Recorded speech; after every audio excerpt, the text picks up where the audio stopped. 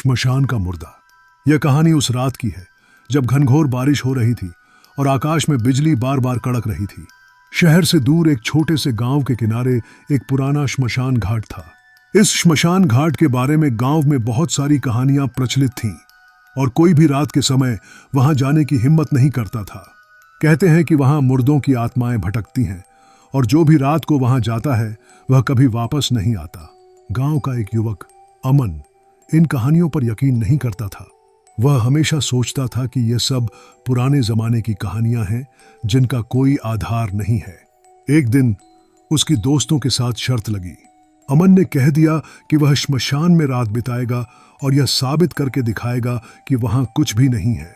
उस रात जब पूरा गांव सो रहा था, अमन अपने बैग में एक टॉर्च, कुछ खाने पीने का सामान और एक चाकू लेकर श्मशान की ओर निकल पड़ा। रात का अंधेरा घना हो चुका था और बारिश की बूंदें लगातार गिर रही थीं। अमन का हौसला मजबूत था। वह हंसते हुए अपने मन में सोच रहा था, ये लोग कितने डरपोक हैं, एक श्मशान घाट से डरते हैं। आज मैं सबको साबित करके दिखाऊंगा कि इन सब भूत प्रेत की कहानियों में कोई सच्चाई नहीं है। श्मशान घाट पहुंचते ही उसे एक अजीब सा सन्नाटा महसूस हुआ। वहां पेड़ों की टहनियां हवा में झूल रही थीं और उनके बीच से आवाजें आ रही थीं जैसे कोई कानाफूसी कर रहा हो। लेकिन अमन ने ध्यान नहीं दिया। उसने एक सूखी जगह ढूंढी और वहीं बैठकर खाना खाने लगा। चारों ओर सिर्फ अंधकार था और दूर दूर तक कोई इंसान नजर नहीं आ रहा था। थोड़ी देर बाद अमन की टॉर्च की रोशनी कमजोर पड़ने लगी। वह झुंझलाया और बैग से नई बैटरी निकालने लगा। तभी उसे एक अजीब सी आवाज सुनाई दी, जैसे कोई उसके पास ही धीरे धीरे चल रहा हो। उसने फौरन टॉर्च जलाने की कोशिश की, लेकिन अब टॉर्च ने काम करना बंद कर दिया था।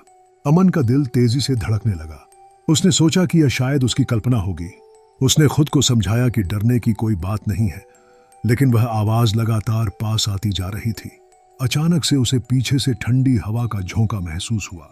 अमन ने तुरंत पीछे मुड़कर देखा, लेकिन वहां कोई नहीं था। उसने गहरी सांस ली और सोचा कि शायद यह हवा का ही असर है। तभी एक और आवाज आई, इस बार ज्यादा साफ और नजदीक। ऐसा लग रहा था जैसे कोई इंसान जमीन पर घिसटते हुए उसकी तरफ आ रहा हो। अमन का चेहरा पसीने से तर हो गया और उसकी आंखें डर के मारे चौड़ी हो गईं। वह तेजी से खड़ा हो गया और इधर उधर देखने लगा, लेकिन अंधेरे में कुछ भी साफ नहीं दिखाई दे रहा था। उसके दिल की धड़कन तेज हो रही थी। अचानक श्मशान के एक कोने से हल्की रोशनी दिखाई दी। वह झट से उस तरफ भागा, यह सोचकर कि शायद वहां कोई इंसान हो जो उसकी मदद कर सके। लेकिन जब वह रोशनी के पास पहुंचा तो उसका खून जम गया। वहां एक पुराना जलता हुआ दिया रखा था और उसके पास एक बूढ़ा आदमी बैठा था जिसके शरीर पर सिर्फ एक चादर लिपटी हुई थी। बूढ़ा आदमी अमन को देखकर मुस्कुराया, लेकिन उसकी मुस्कान में कुछ ऐसा था जो अमन को असहज कर गया। बूढ़े की आंखें गहरी थीं और उसकी मुस्कुराहट बेहद अजीब थी। अमन ने धीमी आवाज में पूछा, आप कौन हैं और यहां क्या कर रहे हैं? बूढ़ा आदमी धीरे से बोला, मैं वही हूं जिसका तुम इंतजार कर रहे हो। उसकी आवाज में अजीब सी गूंज थी, मानो वह एक इंसान नहीं बल्कि कोई परछाई हो। अमन को यह सुनकर अजीब लगा।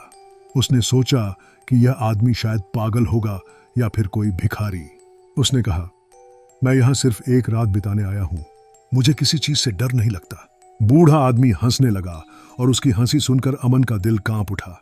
बूढ़े ने धीरे से कहा, यहां डर से ज्यादा कुछ और है जो तुझे अभी तक पता नहीं है।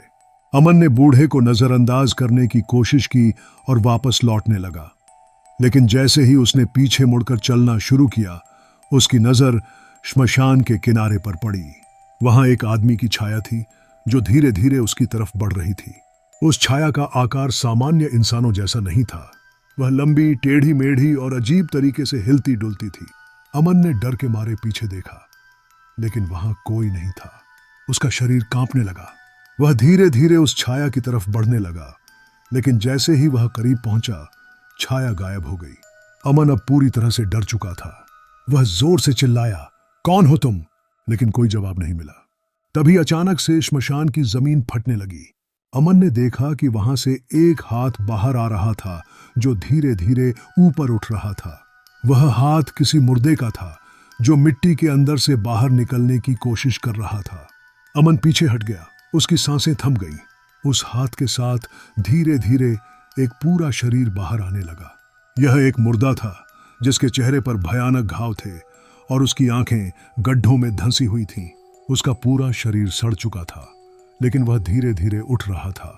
अमन ने डर के मारे भागने की कोशिश की, लेकिन उसके पैर जमीन में जम गए थे। वह हिल भी नहीं पा रहा था। उस मुर्दे ने अपनी सड़ी गली उंगलियों से अमन की तरफ इशारा किया और धीरे धीरे उसकी तरफ बढ़ने लगा। अमन के पूरे शरीर में बिजली सी दौड़ गई। वह जोर से चिल्लाया, मुझे छोड़ दो, लेकिन मुर्दा उसकी तरफ बढ़ता चला गया।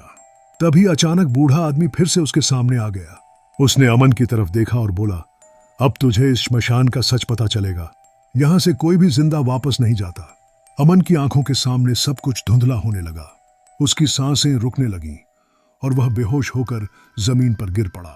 जब अमन को होश आया तो वह एक अजीब सी जगह पर था। यह श्मशान जैसा तो नहीं लग रहा था, लेकिन वहां भी अजीब सा अंधेरा और सन्नाटा था। उसने इधर उधर देखा, लेकिन कुछ भी साफ नहीं दिख रहा था। तभी उसे दूर से कुछ आवाजें सुनाई दीं। वह आवाजें धीमी थीं, मानो कोई उसे पुकार रहा हो। अमन धीरे धीरे उस दिशा में बढ़ने लगा। जैसे जैसे वह आगे बढ़ा, उसे एहसास हुआ कि वह श्मशान के अंदर ही है, लेकिन यह जगह अलग थी। यहां कोई भी सामान्य इंसान नहीं था।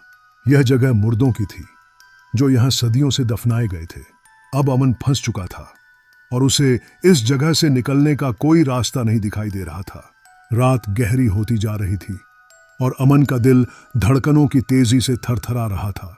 वह अब घर की तरफ जाने वाले रास्ते पर था, परंतु वह रास्ता भी उसी शमशान घाट के पास से होकर गुजरता था, जहां पिछली बार उसने कुछ भयावह महसूस किया था।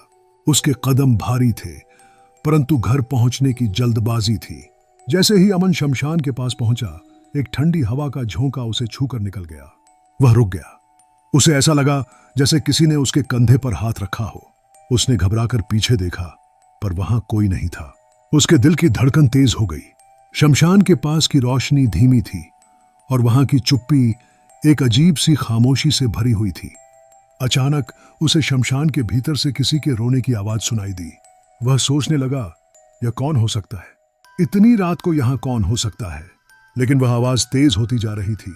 अमन के पैर खुद ब खुद उस आवाज की तरफ खींचे जा रहे थे। अमन शमशान के दरवाजे के पास आकर रुक गया। उसने देखा कि वहां एक साया खड़ा था, जो एक औरत के रूप में दिख रहा था।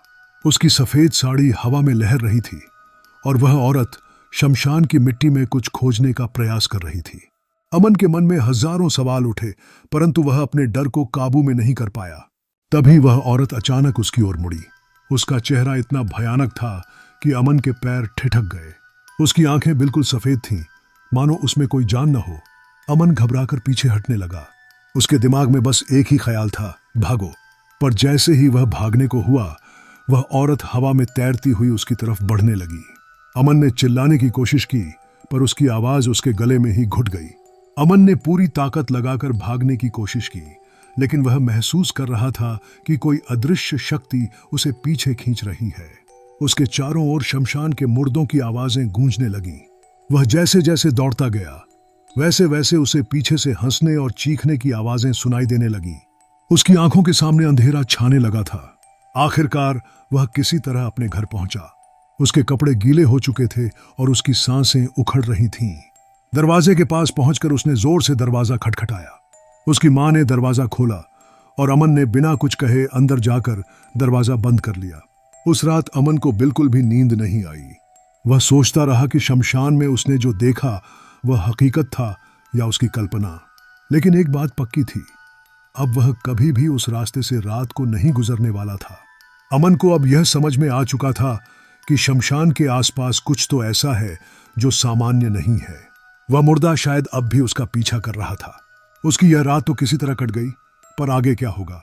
क्या वह इस साए से छुटकारा पा सकेगा या यह डरावनी कहानी अभी और आगे बढ़ेगी? देखिए रहिए। अगले भाग में जानिए कि अमन का सामना उस भूतनी से फिर कैसे होता है और क्या वह अपने जीवन को बचा पाता है या नहीं।